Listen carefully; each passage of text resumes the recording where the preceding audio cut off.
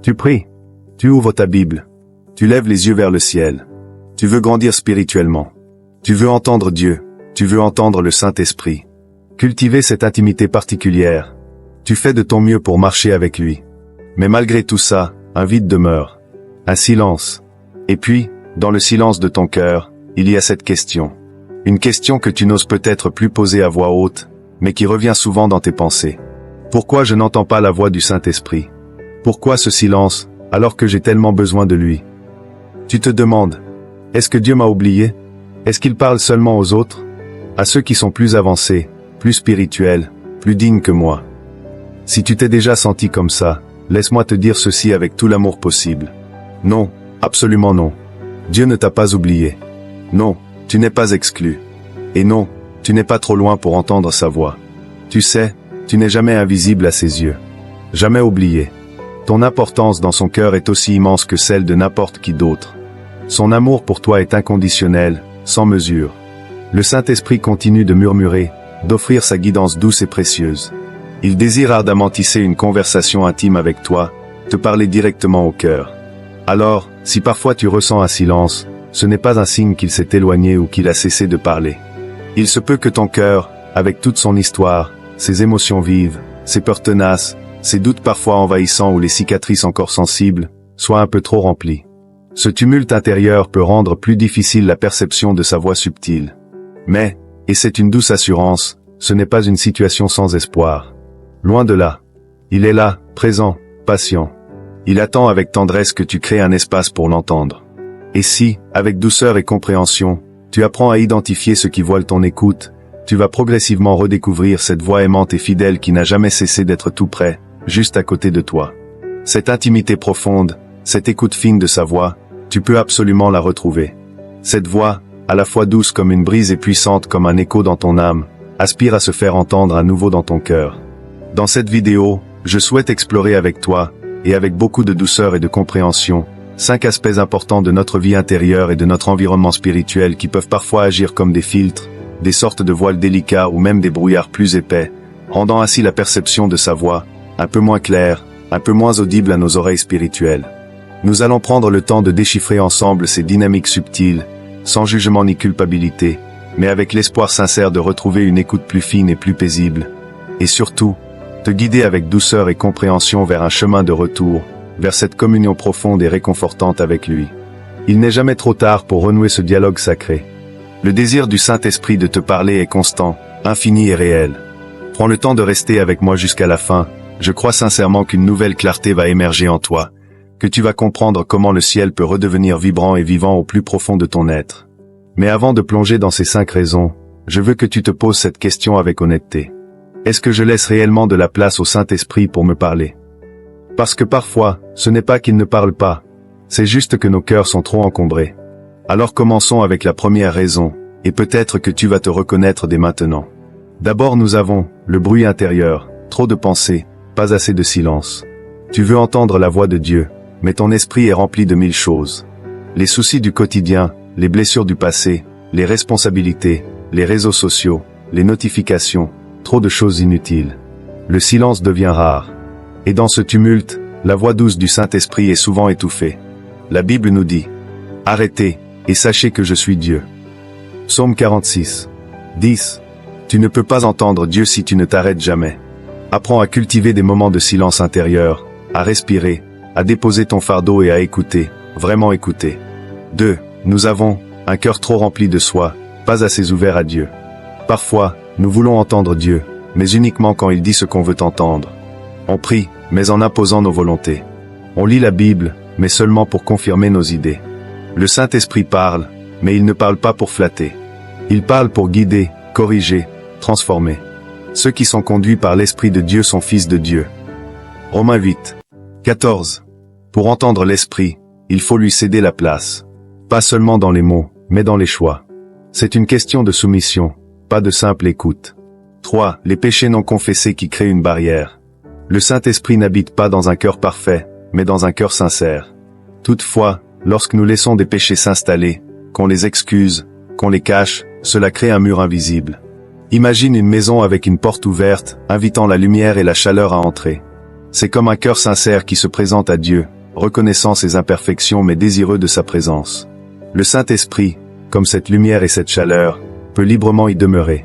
Maintenant, imagine que dans cette maison, on commence à accumuler des objets encombrants devant la porte, des choses qu'on ne veut pas montrer, des secrets qu'on préfère cacher, des habitudes qu'on sait mauvaises mais qu'on excuse. Ces objets, ce sont nos péchés non confessés.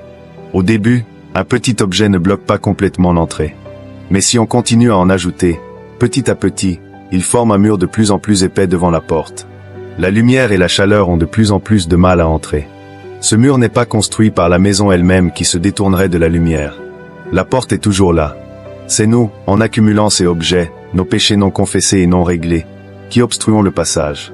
Dieu ne se retire pas, c'est notre propre accumulation intérieure qui crée cette séparation, cette difficulté à ressentir pleinement sa présence et à entendre sa voix.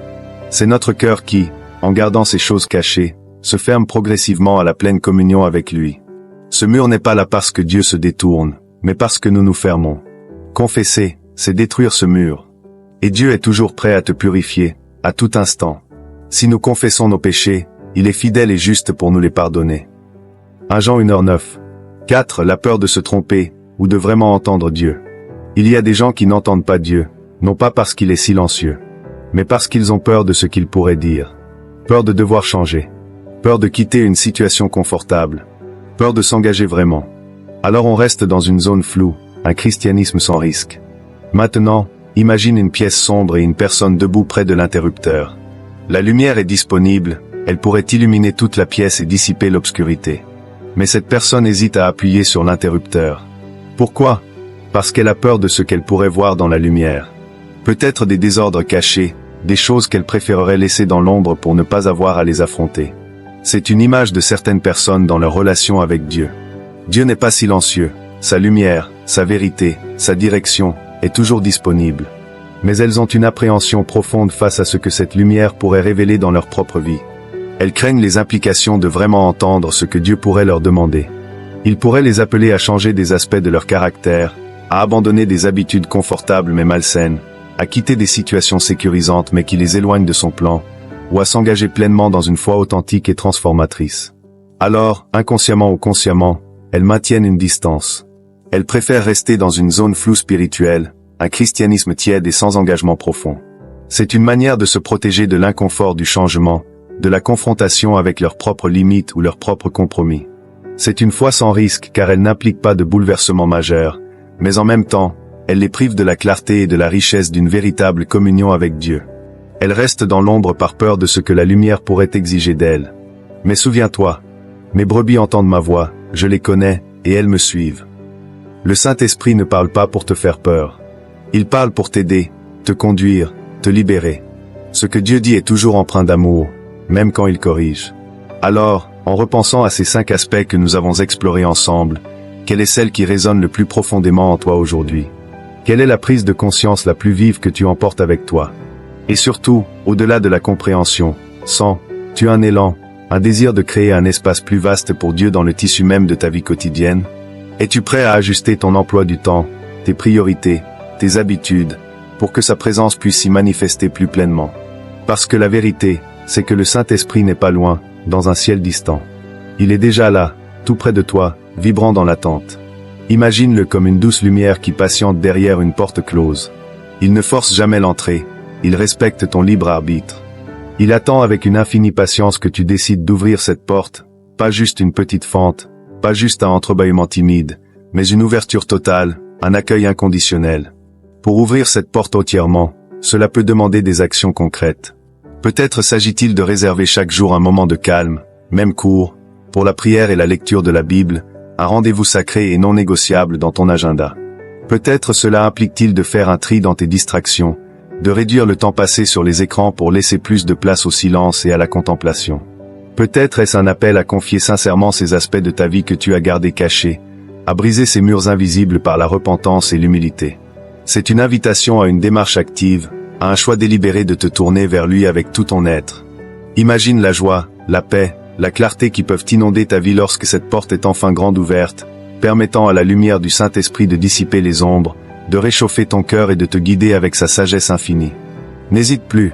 Ce n'est pas une montagne insurmontable, mais une série de petits pas, de décisions intentionnelles. Chaque instant que tu lui offres, chaque espace que tu lui réserves, est une invitation pour lui à se manifester davantage. Il est déjà là, prêt à déverser son amour, sa direction et sa paix dans ta vie. Il attend juste ce geste simple mais profond, l'ouverture complète de la porte de ton cœur. Fais-lui confiance, tu ne seras jamais déçu de l'accueillir pleinement. Si ces paroles ont trouvé un écho en toi, si tu ressens ce désir profond d'entendre la voix douce et puissante du Saint-Esprit, je t'invite à te joindre à moi dans une prière sincère.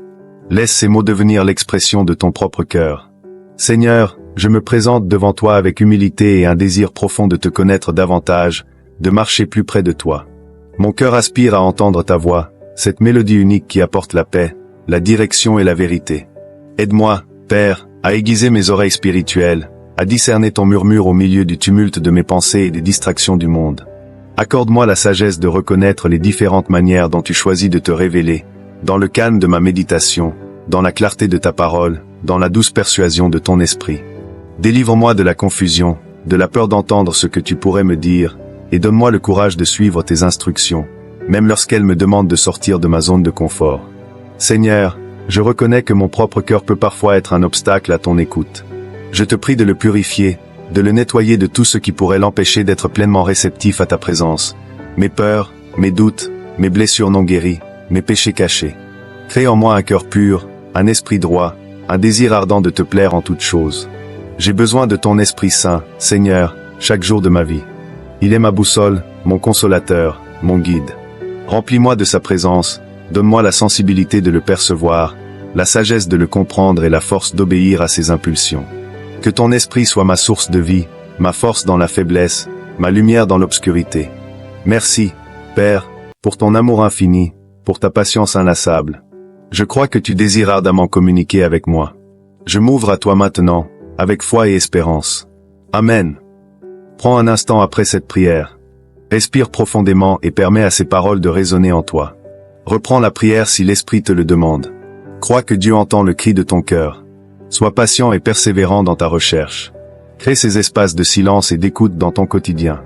Et souviens-toi, le Saint-Esprit est déjà là, prêt à se manifester de manière nouvelle dans ta vie.